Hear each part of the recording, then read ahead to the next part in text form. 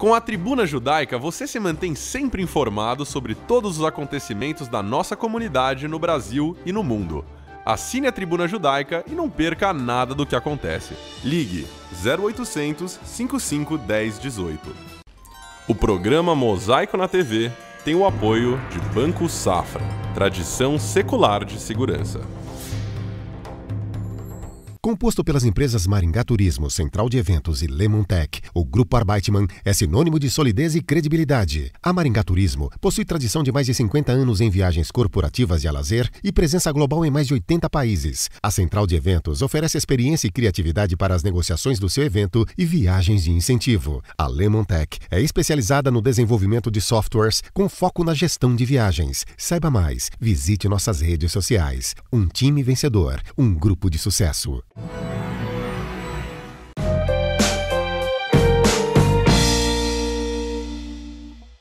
Amigos do Mosaico, passou-se um mês e está na hora de conversar com o Dr. Fernando Lotenberg. Fernando, obrigado por estar aqui representando Eu que agradeço. A CONIB. Eu fico numa situação um pouco, eu não vou dizer constrangedora. A CONIB fez 70 anos ano passado e só agora que eu vou levantar o assunto. Eu vou levantar o assunto hoje porque saiu o livro que comemora os 70 anos da CONIB. Fernando, o livro ficou bom? Ficou ótimo. Rony, de novo, é sempre bom estar aqui com vocês para contar um pouco o que a gente tem feito. Esse livro foi lançado durante a nossa convenção, que eu comentei no programa anterior. A gente já tinha vontade de contar essa história. Esse quadro chama CONIB Conta, então a CONIB conta a sua própria história no caso, mas enfim, por várias razões ele acabou não acontecendo até então, e no ano passado nós encomendamos ao Rony Citrinovich, que é um historiador de mão cheia, muito cuidadoso, muito dedicado. Que fez o livro do Mosaico. Fez o livro do Mosaico, de várias, da Unib, se não me engano, do CIAN, de várias instituições, e ele fez um trabalho de pesquisa espetacular. Ele foi até Cincinnati, é uma coisa que talvez poucos conheçam, eu aprendi esse ano. Existe um arquivo das instituições judaicas de todo o mundo em Cincinnati, Ohio, nos Estados Unidos. Nossa. Por quê? Eu não sei dizer, mas enfim, várias mandaram para lá as suas coisas, então ele achou atas, ele achou fotos, ele achou, enfim, uma série de documentos que, combinados com aqueles que ele pesquisou aqui na sede da CONIB e em outras instituições, formaram um quadro muito interessante. A CONIB é fundada simultaneamente à criação do Estado de Israel, em maio de 48, num movimento, veja que interessante, Rony, muito mais de fora para dentro do que de dentro para fora. Mas o que quer dizer isso? A comunidade já está aqui, enfim, há judeus no Brasil desde Cabral, mas chegamos com as caravelas. Mas a comunidade organizada de verdade, ela começa no século XIX, metade para o final do século XIX e pelo século XX. Então já havia instituições de assistência social, de apoio aos refugiados, creches, escolas, sinagogas, cemitério, toda a base comunitária que a gente conhece, mas não havia instituições políticas representativas.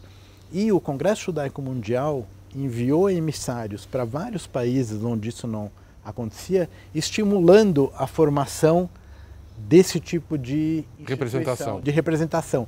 Por quê? Porque o que tinha acontecido na Europa durante a Segunda Guerra foi um marco, ou seja, você tem família da Europa Central, quer dizer, não faltava poder econômico para os judeus alemães, mas o poder político era muito limitado. E na hora que veio o desastre, eles não tinham a quem recorrer. Muito bem. Então, um raciocínio estratégico importante no sentido de criar linhas de defesa e de representação, não que, Deus nos livre, isso vai acontecer de novo, mas para que a gente pudesse construir canais de interlocução e de representação perante as autoridades e perante a sociedade maior. Então, o Rony pesquisou essa história, escreveu, contou, tem detalhes saborosos de reuniões, de fundação, de disputas, porque afinal estamos falando de comunidades judaicas, a opinião nunca é uma só, se deveria, se não deveria, como deveria, e quando, e onde, e por quê.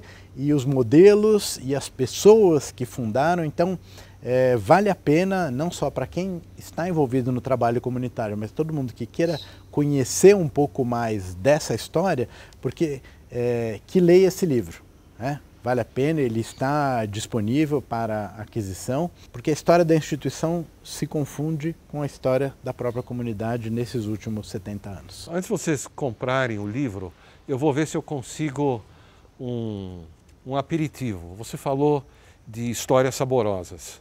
Me conta uma passagem interessante, curiosa, da criação da CONIB.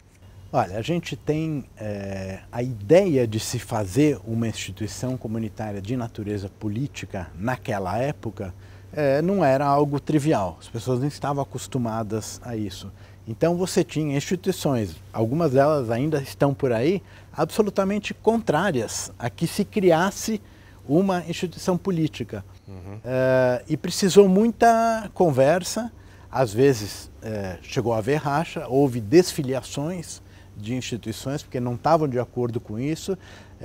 Você pode imaginar um quadro complicado. Quer dizer, a gente acabou de sair da Segunda Guerra Mundial, as histórias do Holocausto começam a surgir em 46, né? Final de 45, 46, as pessoas veem o tamanho daquela tragédia. Logo na sequência você tem a criação do Estado de Israel, e as pessoas se mobilizam por isso.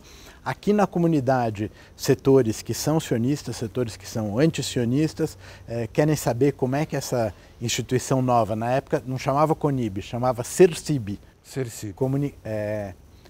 Coordenação das Entidades Representativas das Comunidades Israelitas Brasileiras. É difícil até de falar. Cria-se essa instituição, algumas federações são pré-existentes, outras vêm depois, com o tempo. Hoje nós temos 14. E figuras muito interessantes, por exemplo, o professor Fritz Feigl, que ele foi o primeiro presidente da CONIB, ficou bastante tempo, um refugiado de guerra, um cientista, uma pessoa de grande renome na Europa, fez uma carreira importante aqui também no Brasil, pessoa respeitada internacionalmente. Havia um prêmio, para você ter ideia, um prêmio na área dele, de química, com o nome dele, Fritz Feigl, e a mulher dele, a dona Regina. Enfim, várias figuras, o Benjamin Nitsky, o Moisés Kaufmann, enfim, eu não vou citar todos, que eu vou acabar esquecendo de alguém, mas que foram figuras emblemáticas e que souberam, em tempos tumultuados, levar adiante a representação comunitária. Então você tinha episódios muito relevantes. A gente viu a atuação da CONIB, como foi importante no caso da extradição do Paul Stangl, que era um criminoso de guerra nazista, que trabalhava aqui na Volkswagen, São Bernardo do Campo. Depois, o que trabalhava com ele, que era o Gustav Franz Wagner. E, por fim, no caso Ellwanger, você vai se lembrar, que era um editor neonazista do Rio Grande do Sul, ele tinha um habeas corpus, enfim, uma história processual cumprida, mas que acabou no Supremo Tribunal Federal, e ele dizia que ele não era racista porque os judeus não eram uma raça, então ele não podia ser racista. E, enfim, o caso entrou em julgamento, o relator do caso, que era o ministro Moreira Alves, deu um voto a favor dele. Isso causou uma grande preocupação. O segundo juiz, que era o ministro Maurício Corrêa, pediu vista, retirou o processo de pauta, e aí a CONIB, com bastante gente, o professor Safo Laffer, o professor Miguel Reale, a professora Sônia, agora não estou me lembrando do sobrenome dela, uma antropóloga de Brasília, fizeram pareceres sobre a questão que estava sendo julgada e, felizmente, o resultado final foi que o habeas corpus dele não foi provido por 8-3.